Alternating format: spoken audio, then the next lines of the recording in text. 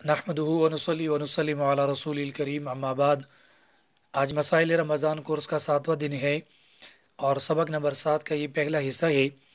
ماقبل سبق میں تقریباً 4 قواعد اور ضوابط بیان ہو چکی ہیں، جن کی وجہ سے ایسے بہت سے مسائل سامنے آئے جن میں روزہ ٹوٹ جاتا تھا اور صرف قضا لازم آتی تھی، یا پھر قضا کے ساتھ کفارہ بھی لازم آتا تھا۔ تو یہاں سے انشاءاللہ آگے جو قواعد ہے وہ بیان کروں گا، اور اس کے تحت بھی وہ مسائل انشاءاللہ آئیں گے جن کی وجہ سے یا تو روزہ ٹوٹ جاتا ہے، صرف قضا لازم آتی ہے، یا پھر قضا کے ساتھ کفارہ بھی لازم آتا ہے۔ تو 5واں ضابطہ یہ ہے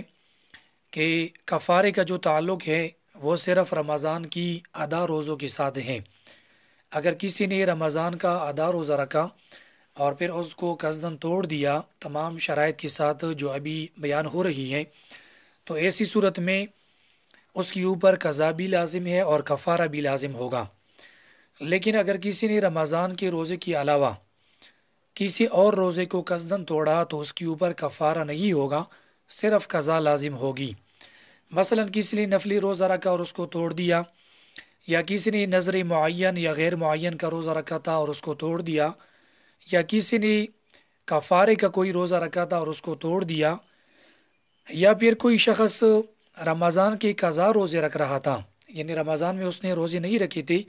بعد میں ان روزوں کی قضا کر رہا تھا اور اس کو قصداً توڑ دیا، تو ان تمام صورتوں میں اس کے اوپر کفارہ نہیں ہوگا، صرف اس روزے کی قضا لازم ہوگی۔ تو کفارے کا تعلق رمضان کی ادا روزے کے ساتھ ہے، باقی روزوں کے ساتھ نہیں ہے۔ یہ ایک مستقل ضابطہ ہے۔ چھٹا ضابطہ یہ ہے کہ کفارے کے لیے یہ بھی ضروری ہے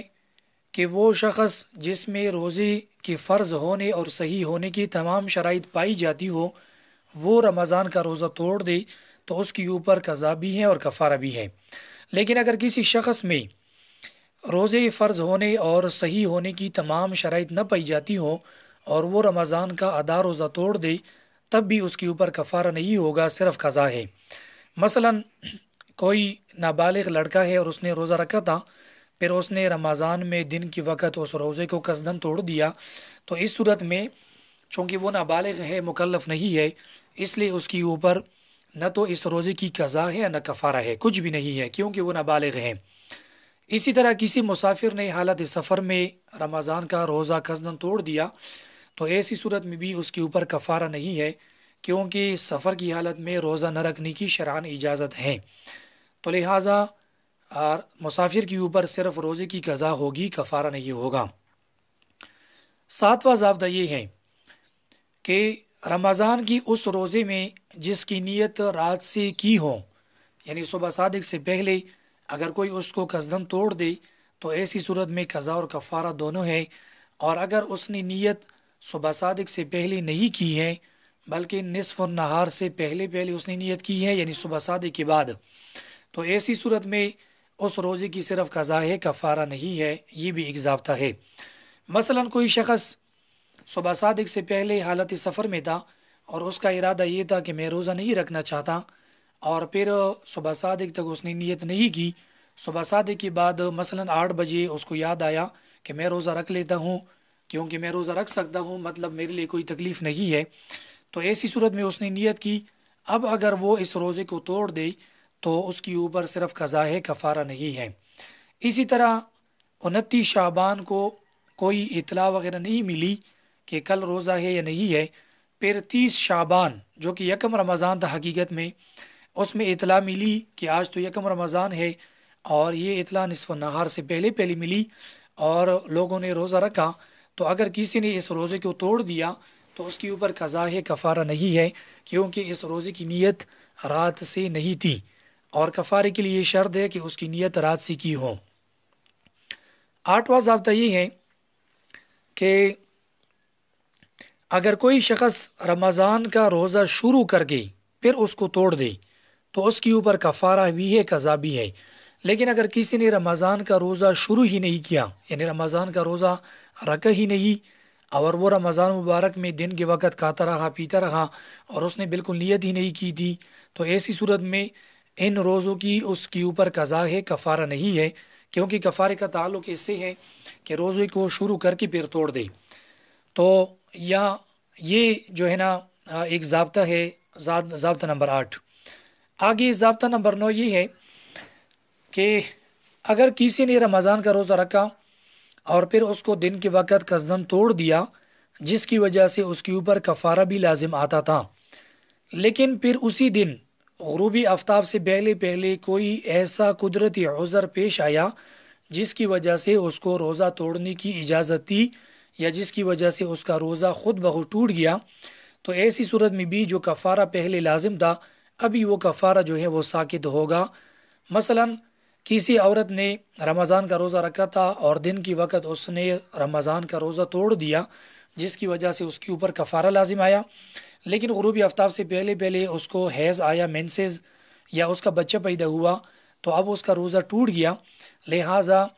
اب اس کے اوپر کفارہ نہیں ہے، صرف اس روزے کی قضا ہے. اور اسی طرح کسی شخص نے رمضان کا روزہ رکھا تھا، پھر اس کو دن کے وقت توڑ دیا،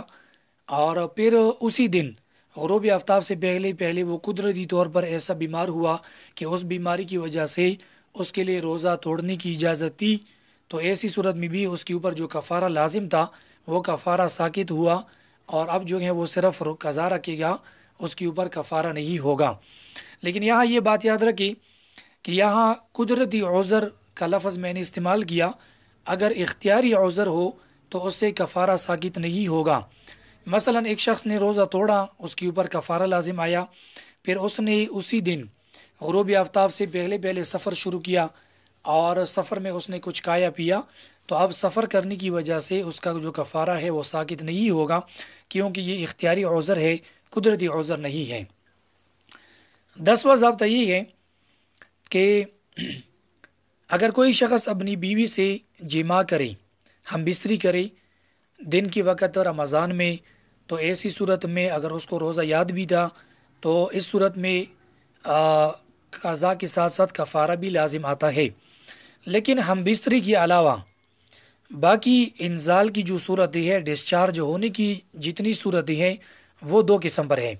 بعض صورتیں وہ ہیں کہ جس میں اگر آدمی ڈسچارج ہو جائے، اس کو انزال ہو جائے، فارغ ہو جائے، تو اس میں روزے کے اوپر کوئی فرق نہیں آتا. مثلا کسی نے عورت کو دیکھا اور دیکھنے سے وہ ڈسچارج ہوا، اور یا کسی بات کا خیال اس کے ذہن میں کوئی بات آئی اور اس بات کی خیال آنے کی وجہ سے وہ ڈسچارج ہوا، تو اسے بھی روزے میں کوئی فرق نہیں آتا. اسی طرح کسی نے اپنی بیوی کی مخصوص اعضاء کو دیکھا اور ان اعضاء کی دیکھنے کی وجہ سے وہ ڈسچارج ہوا، تو اس سے بھی روزے میں کوئی فرق نہیں آتا. اسی طرح کسی کی مزی نکل گئی، مزی سے مراد یہ ہے کہ شہوات کے ساتھ ایسا پانی کہ جو منی نہ ہو اور وہ انسان سے 1-2 قطرے نکلے، اور ان قطروں کی وجہ سے اس کی جو خواہش ہے وہ پوری طرح پوری نہ ہو، بلکہ خواہش اور جذبہ جو ہے وہ باقی ہو، اس کو مزی کہتے ہیں. تو مزی نکلنے سے بھی روزے میں کوئی فرق نہیں آتا. یہ تقریباً 4 صورتیں ہیں،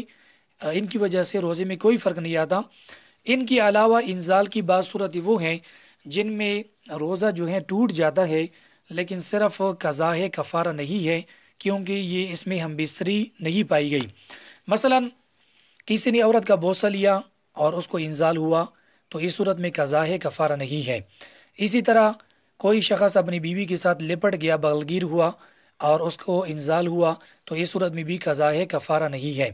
اسی طرح کسی نے مشت زنی کی، یعنی اپنے ہاتھ سے اپنے آپ کو فارغ کیا، اگرچہ یہ گناہ ہے، حرام ہے، ناجائز ہے، لیکن اس کا روزہ ٹوٹ جائے گا، صرف قضا ہے، کفارہ نہیں ہے. اسی طرح کسی نے مادہ منویہ کی تجزیہ کے لیے جو سیمن ٹیسٹ ہوتا ہے لیبارٹری میں، اس نے سیمن ٹیسٹ کے لیے مشت زنی کی اور انزال ہوا، تو اس صورت میں بھی صرف قضا ہے، کفارہ نہیں ہے. تو یہ تقریباً 10 ضوابط یہاں بیان ہو گئی. مزید بھی کچھ ضوابط ہیں انشاءاللہ، ان کو اگلے کلپ میں بیان کروں گا. وآخر دعوانا ان الحمد للہ رب العالمین.